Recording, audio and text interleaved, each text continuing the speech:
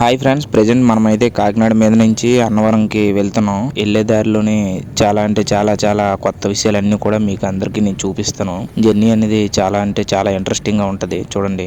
ఇక మేమైతే మాత్రం ఒకేసారి ఒక 4-5 ట్రిప్స్ కి అయితే ప్లాన్ చేసుకుని వచ్చాం. ఎందుకంటే 10 సార్లు రావడానికి మనం అంత రిచ్ కాదు, మనకు అంత టైం కూడా ఉండదు. కాబట్టి ఒకేసారి మనం ఒక 4-5 ట్రిప్స్ కి వెళ్దాం అనేసి నేను మా ఫ్రెండ్ కూడా వచ్చాం. అది మనం అయితే మాత్రం సక్సెస్ఫుల్ గా కంప్లీట్ చేసుకుంటాను. ఒకటి తర్వాత ఒకటి.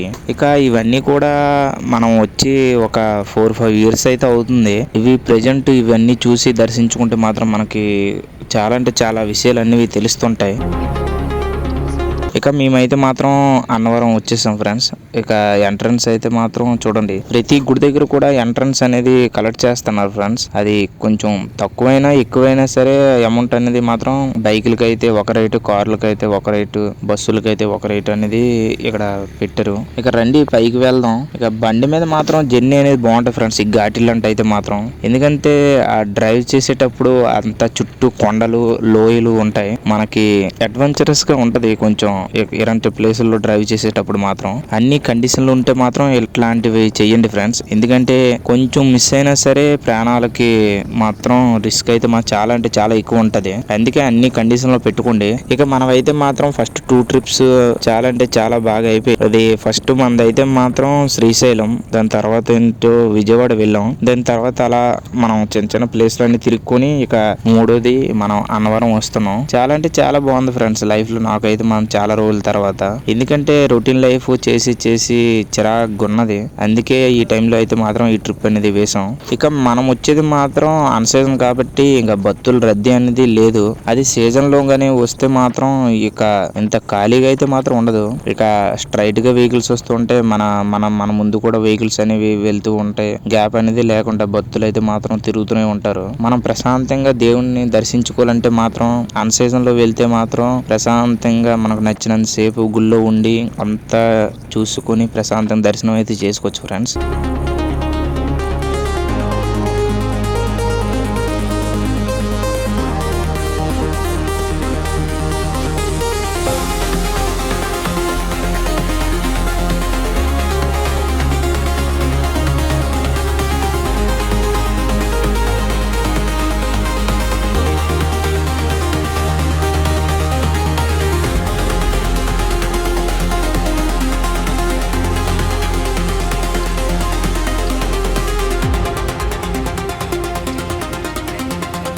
ఇక నాకు తెలిసినంత వరకు అందరిది రొటీన్ లైఫే ఫ్రెండ్స్. జాబ్ ఉంటే జాబ్ ఏదో ఒకటి చేస్తూ ఉంటారు. జాబ్ లేకపోయినా చిన్నదైనా పెద్దదైనా జాబ్, ఏ జాబ్ అయినా ఏదో ఒక జాబ్ చేసే వాళ్ళు మాత్రం ఏంటంటే రొటీన్ లైఫ్ ఫ్రెండ్స్. మార్నింగ్ అయితే మాత్రం జాబ్కి వెళ్ళిపోతాం, నైట్ నుంచో ఇంటికి వచ్చి తినేసి పడుకుపోతాం. ఇక మనం రోజు ఈ రొటీన్ లైఫ్ లో ఉంటే మనకి మైండ్ అనేది పీస్ఫుల్ గా ఉండదు. అందుకే అప్పుడప్పుడైనా సరే మనం అలా బయటికి ట్రిప్పులకైనా లేదా గుళ్ళకైనా వెళ్తూ ఉండాలి. అప్పుడే కొంచెం మన మైండ్ కి మనసుకి కొంచెం ప్రశాంతత అనేది వస్తూ ఉంటది.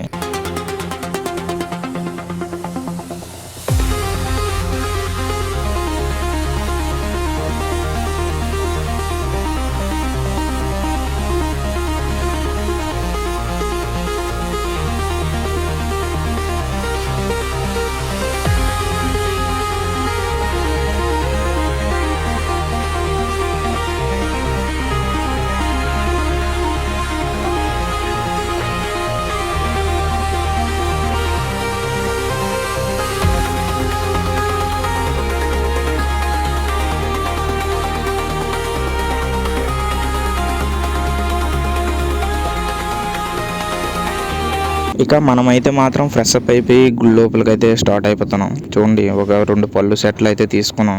లోపలికి వెళ్దాం పదండి, దర్శించుకుందాం. ఇక గుళ్ళోనైతే మాత్రం స్టార్టింగ్ చెప్పేశారు, మొబైల్ మన కెమెరాలు ఏవైనా ఉంటే మాత్రం అక్కడ కౌంటర్ ఉంటది, ఆ కౌంటర్ లో పెట్టేయండి అనేసి అని. ఇక మనమైతే మాత్రం కౌంటర్ లో పెట్టేయాల్సిందే, ఎందుకంటే చెకింగ్ అనేది చేస్తున్నారు. ఇక లోపల మనం కౌంటర్ దగ్గర ఇచ్చేసి లోపల దర్శనంకి వెళ్ళిపోదాం. ఇక ఇదే ఫ్రెండ్స్, ఇక్కడ మనం ఈ కౌంటర్లో అయితే మనం మొబైల్స్ అనేవి ఇచ్చేయాలన్నమాట.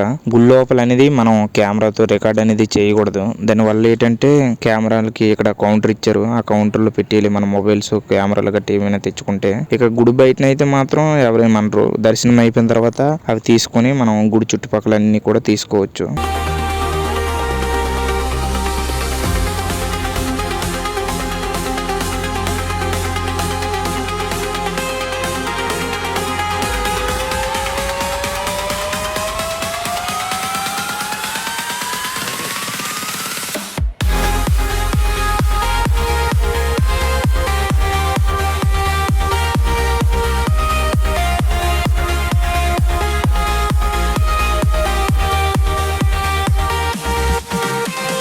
వీడియో అయితే మాత్రం తీయడానికి అవ్వలేదు ఫ్రెండ్స్. అందుకనేసి మనం బయట గుడి చుట్టుపక్కల అయితే మనం తీసుకోవచ్చు.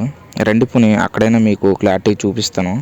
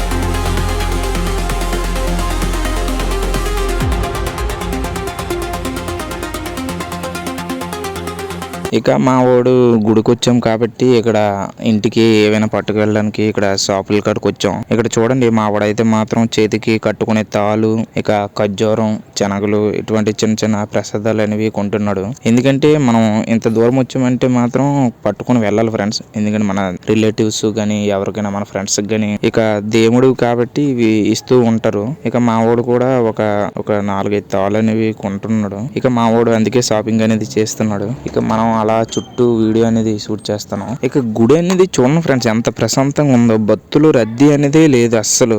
అదే సీజన్ లో గానీ వచ్చి ఉంటే మాత్రం మనం అసలు అడుగు తీసి అడుగేయడానికి అంత ఖాళీ అనేది ఉండదు. అప్పుడు మాత్రం గుళ్ళోని ఏంటి అసలు ప్లేస్ అనేది సరిపోవట్లేదు అని అనిపిస్తుంటది. కానీ ఇప్పుడు చూడండి ఎంత విశాలంగా ఉన్నదో. అసలు జనాలు రద్దీ అనేది లేదు. చాలా అంటే చాలా బాగుంది ఫ్రెండ్స్.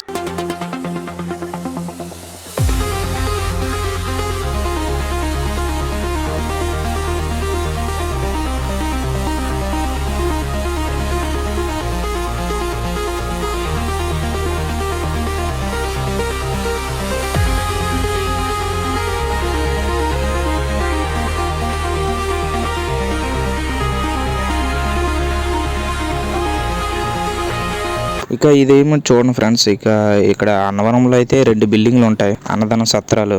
ఇక భక్తులు రద్దీ బట్టి 2 ఓపెన్ చేస్తూ ఉంటారు. నార్మల్ టైంలో అయితే ఒకటి రన్నింగ్ అవుతూ ఉంటది. అదే భక్తుల రద్దీ ఎక్కువైతే మాత్రం 2 ఓపెన్ చేస్తూ ఉంటారు. 2 కూడా 2 సంతస్తులు ఉంటాయి ఫ్రెండ్స్. చాలా మంది పడుతుంటారు. ఇక ఎక్కడ కూడా మనకి ప్రశాంతంగా అయిపోయింది ఫ్రెండ్స్ దర్శనం అయితే మాత్రం. కానీ నేనైతే మాత్రం ఎక్స్పెక్ట్ చేయలేదు ఫ్రెండ్స్ ఎంత ఖాళీగా గుళ్ళు అన్ సీజన్లో ఉంటాయి అనేసి.